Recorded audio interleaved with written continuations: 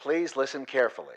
Hello, universe, and welcome to the Optimist Daily Update. I'm Kristy Jansen. And I'm Summers McKay. And we are part of the team behind the Optimist Daily, making solutions the news. We bring you reader-funded solutions news every day in order to change the tenor of news media, social media, and the direction of your day to help get us all focused on solutions.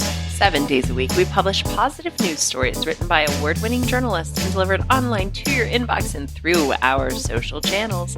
And also, we are sharing these solutions in a commute-worthy, walk-worthy, home office-worthy, let's eat some okra-worthy podcast.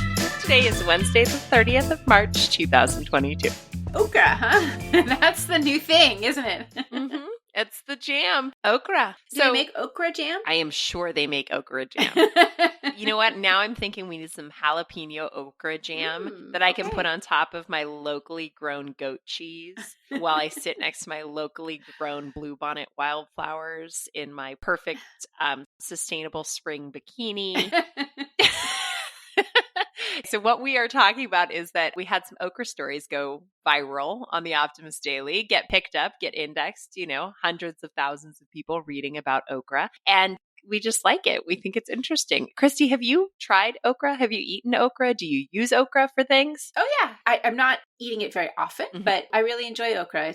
It's one of those vegetables, or I guess maybe it's a fruit, according to the Optimist Daily, that is super healthy, but not a normal part of California cuisine. But it is a popular dish in Indian cuisine. So I'll get okra in Indian food a lot of time. And I guess also Southern cuisine uses okra a lot. Mm-hmm. Now that I've been reading about it, I'm going to go look for some. That's what I was going to say. I'm going to commit to using some okra tonight for dinner for veggies. We're doing some grilled yellow squash and zucchini with a little Parmesan on top. Definitely trying to change up my daughter's vegetable habits because we're pretty obsessed with nothing but broccoli, and I am very tired of sauteed broccoli. So good luck with that. She's a pretty open toddler. She'll give it a try, and we'll see how it goes. Okay, we have a lot to accomplish. It's hump day. We're talking about okra, but what we really need to talk about are today's solutions. Right. So Kristy, what has inspired you? Well, the article I chose is about storytelling and how important it is to have good storytelling and good storytellers to help move things forward. The headline reads, Marvel superhero tackles climate change and social injustice. And this is about a new Marvel superhero who's coming to town, coming to the graphic novel scene. And she's a Puerto Rican heroine pumped to tackle climate change, political corruption, and all the intertwined social injustices that go along with those two big, thorny areas.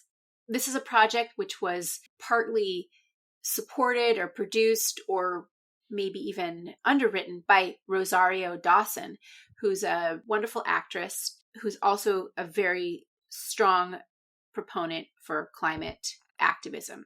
And she's doing this in collaboration with the NRDC, and it's La Boricua Grants Program. And that's the name of the graphic novel, La Boricua. And she's a Nuyorican, which is a portmanteau that refers to the cultural members of the Puerto Rican diaspora that live in and around New York City. Mm-hmm. She's a superhero called Marisol Rios de la Luz, and her team, the Nitaínos, will be a vessel for discussing the impacts of climate change, especially on Caribbean islands. And we've all seen what's happened in Puerto Rico over the last decade, being hit with Hurricane Maria, hit with Hurricane Irma, I think. I mean, it's just there's been one after another. We've written about the way that the power grid was knocked out so completely that really was a problem for months and months and months. Now the Puerto Rican Authority is starting to rebuild using a microgrid type of model, which is great. But in addition to energy, which is a huge issue, equitable access to energy, they are also in this series going to be talking about things like domestic violence, cultural preservation. Everything is interconnected. I like this story a lot. I like the idea of using a compelling heroine to talk about these really challenging topics and also connect us to possibilities. So that's why I wanted to start talking about this article. Summers, what superhero did you pretend you were when you were a kid playing? So admittedly, when I was a little girl, I didn't do a lot of superheroes. No? I think we Oh. watched Superman a bit as a kid, but my role models, I guess my storytelling role models, were more likely to be from books. Sort of Anne of Green Gables, Little House on the Prairie. I played a lot of Little House on the Prairie. I didn't have a superhero sort of childhood, but I am now deeply obsessed with Wonder Woman.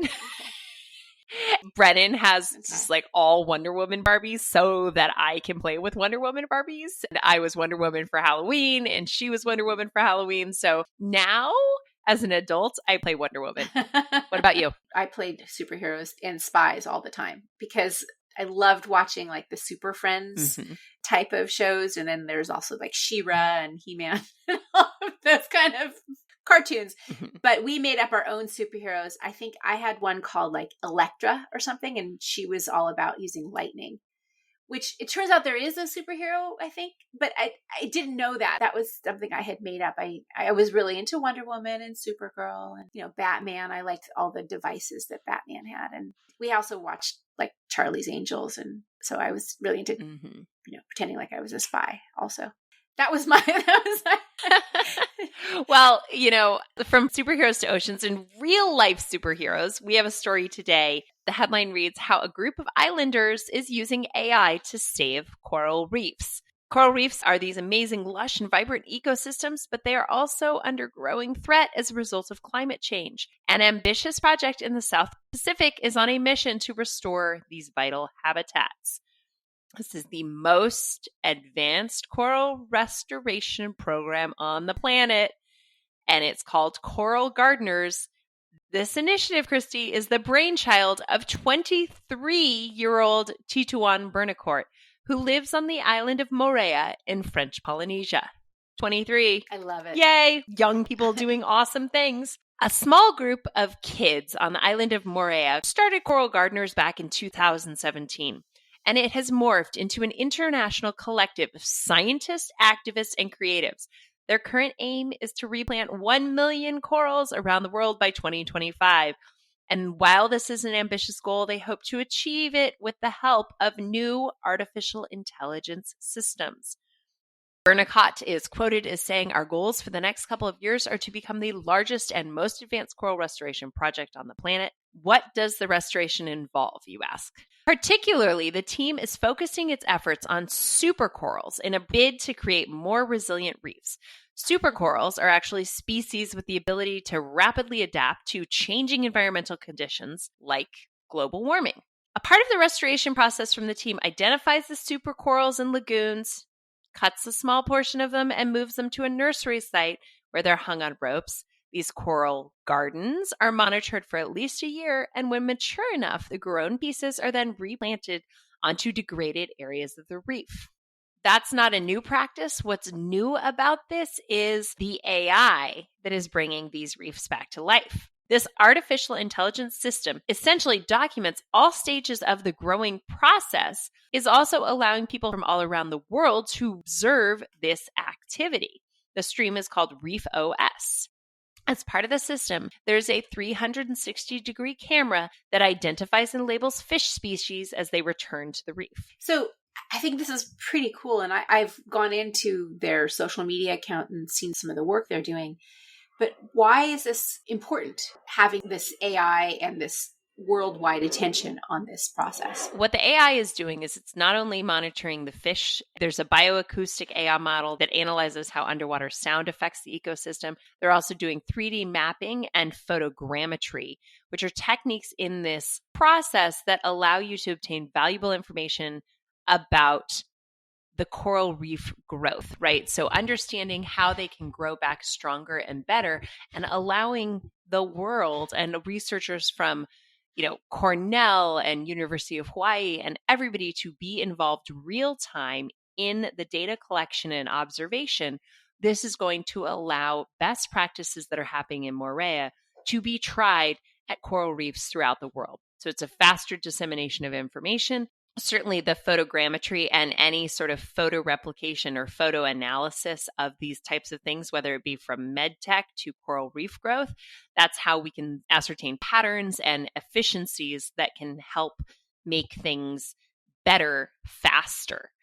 Reef OS is currently installed at only one of the 3 active coral nurseries in the region, all of which have around 9,000 corals growing.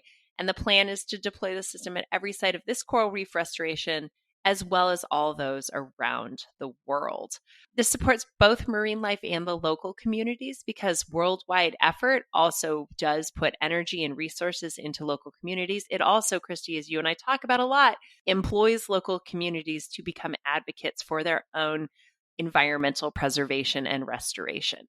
So it's just one of those amazing stories about another awesome young person doing really good things. We've got to get this person on the podcast, and I'm very fired up about it. All right, what else is pretty cool on the Optimist Daily today? These spring vegetables are coming into season.